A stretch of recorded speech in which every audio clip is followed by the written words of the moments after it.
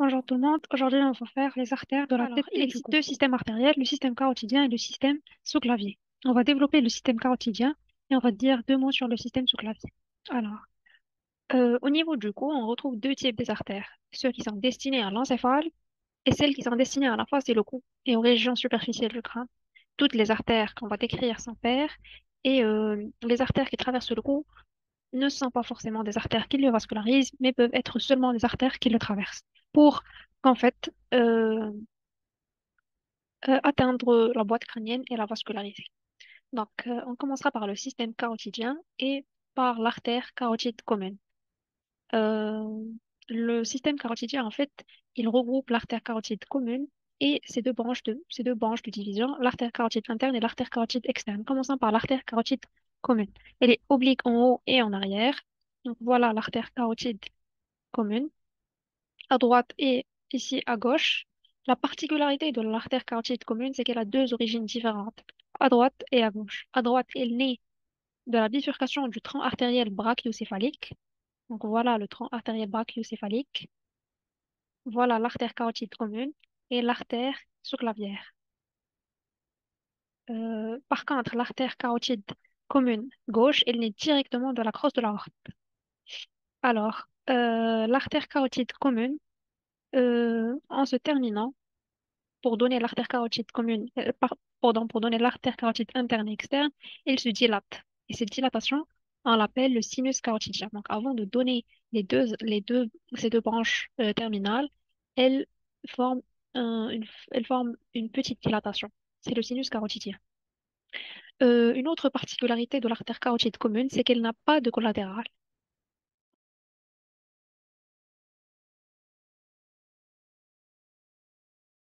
Passons à l'artère carotide interne. En fait, on a déjà dit que l'artère carotide commune et l'artère carotide interne et l'artère carotide externe, ce sont des bifurcations de l'artère carotide commune. Donc, l'origine de l'artère carotide interne, c'est l'artère carotide commune au niveau du sinus carotidien. L'artère carotide interne, en fait, c'est comme une continuité de l'artère carotide commune. Voilà l'artère carotide commune et voilà l'artère carotide interne. Elle ne fait que continuer l'artère carotide commune. C'est ça, l'artère carotide interne. C'est comme si l'artère carotide externe n'existait pas et que c'était la même artère. La particularité de l'artère carotide interne, elle aussi, c'est qu'elle n'a aucune collatérale dans le cou. Sa seule collatérale est l'artère ophtalmique, mais c'est un peu plus haut à l'intérieur du crâne. Donc, cette artère carotide interne, à l'intérieur de la boîte crânienne, elle participe à la formation du polygone de Willis. On voit bien ici l'artère carotide interne qui continue l'artère carotide commune. Et si on, ici, voilà, elle entre dans la boîte crânienne par le canal carotidien, ensuite les sinus caverneux, et voilà l'artère carotide interne à l'intérieur de la boîte crânienne. Et elle donne sa branche terminale, c'est l'artère ophtalmique. Voilà, ophthalmic artery. Euh,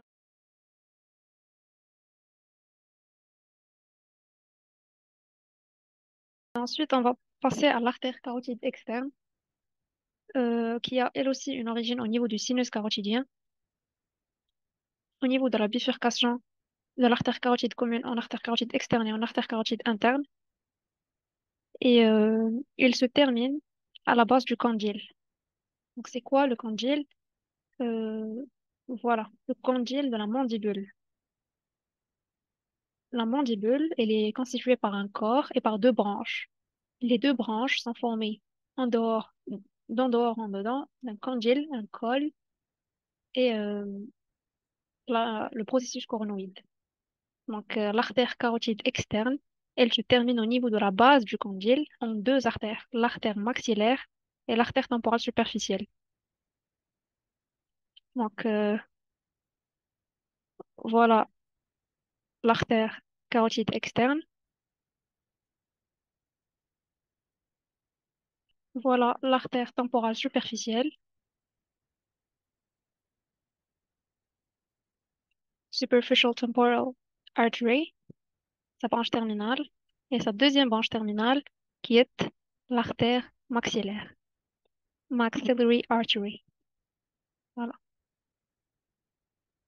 L'artère maxillaire, c'est l'artère principale des régions profondes de la face qui se termine au niveau du foramen sphénopalatin. Et ce n'est pas aussi important de se rappeler tous ces détails. Le plus important, c'est de se rappeler que l'artère carotide externe se termine à la base du condyle par deux artères, deux principales artères, l'artère temporale superficielle et l'artère maxillaire.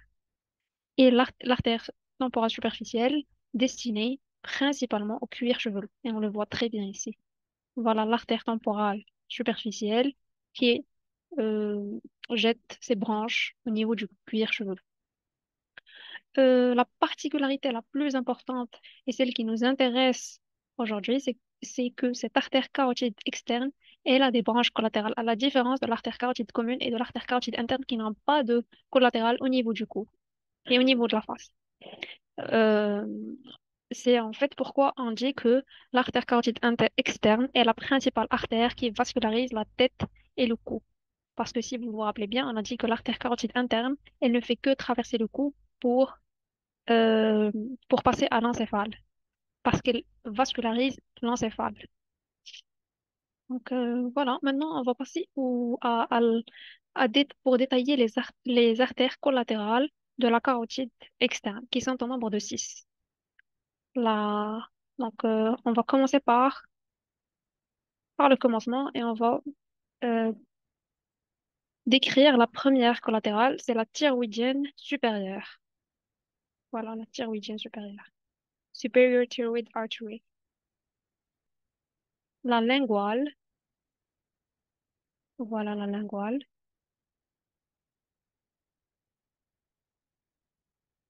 Lingual artery. Ensuite, l'artère faciale. Voilà l'artère faciale, principalement en ligne face. Vous voyez l'artère facial artery.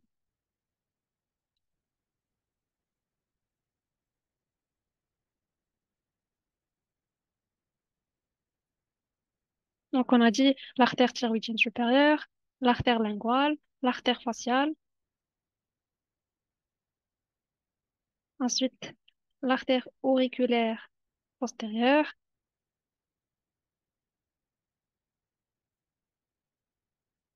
l'artère pharyngienne ascendante et l'artère occipitale. L'auriculaire postérieure, destinée à l'auricule. On le voit très bien ici, destinée à l'auricule qui est là. Voilà le conduit auditif externe. L'occipital, voilà, occipital artery, euh, destiné au un quart postérieur du cuir chevelu, au muscle sternocléidomastoïdien et au muscle de la nuque. Et la pharyngienne ascendante, voilà la pharyngienne ascendante,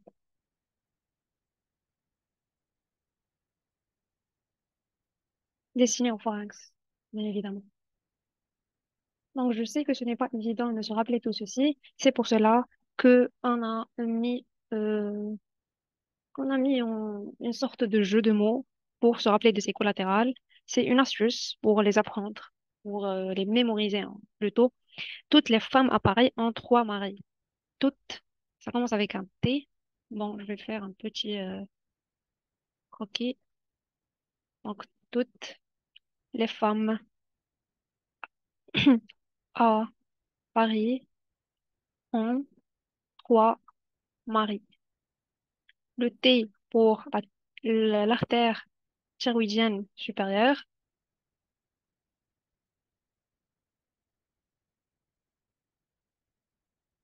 Voilà. Le L pour la linguale. Voilà. Le A pour, pardon, toutes les femmes. J'ai oublié un F. Donc, le F pour facial. Pour facial. Voilà. Et A pour auriculaire postérieur. Voilà l'auriculaire postérieur. D. Et O pour occipital. T pour et maxillaire. Donc voilà, on a atteint la fin de la vidéo. J'espère que ça a été très clair. Je vais faire un tout petit récapitulatif pour un peu fixer les choses. Alors, on a dit que il existe deux systèmes artériels au niveau du cou, de la tête et du cou, bien évidemment, le système carotidien et le système sous-clavier. Le plus important et le plus riche, c'est le système carotidien. Il est constitué principalement par trois artères, l'artère carotide commune qui se bifurque en deux artères, l'artère carotide interne et l'artère carotide externe. La particularité de l'artère carotide commune, c'est qu'elle n'a pas la même origine à droite et à gauche. À droite, elle naît au niveau de la bifurcation du tronc artériel brachiocéphalique. Par contre, à gauche, elle naît directement de la crosse de l'aorte. Sa deuxième particularité, c'est qu'elle ne donne aucune branche collatérale. Et au niveau de sa bifurcation, euh, elle fait une sorte de dilatation qu'on appelle sinus carotidien. L'artère carotide interne, c'est une continuité de l'artère carotide.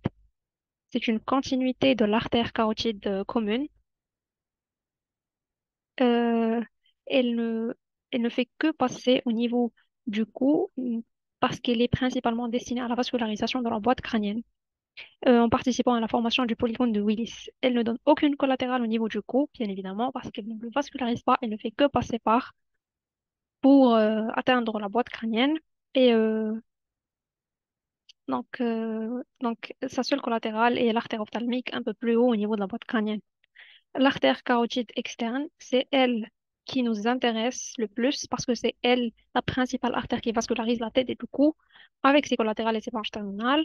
Elle se termine, bon, son origine, c'est la bifurcation de l'artère carotide commune, c'est-à-dire le sinus carotidien. Elle se termine à la base du condyle, de la mandibule. Donc voilà, en deux artères terminales, l'artère temporale superficielle et la maxillaire. Euh, elle donne de nombreuses collatérales à la différence de l'artère carotide commune et interne qui sont en nombre de 6 et regroupées dans une phrase mnémotechnique. Toutes les femmes à Paris ont trois maris, toutes pour thyroïdienne supérieure, L pour linguale, F pour faciale, A pour auriculaire postérieure, P pour pharyngienne ascendante, O pour occipitale et T et M pour les branches terminales temporales superficielles et la maxillaire. Euh, donc, une dernière information, c'est que paradoxalement, la carotide interne est plus latérale que la carotide externe. Donc, on peut le remarquer un peu ici. Ça, c'est l'artère carotide externe. Par contre, elle est un peu médiale. Et ça, c'est l'artère carotide interne. Par contre, elle est un peu latérale. Donc, c'est tout pour la vidéo d'aujourd'hui. Merci d'avoir regardé et à plus.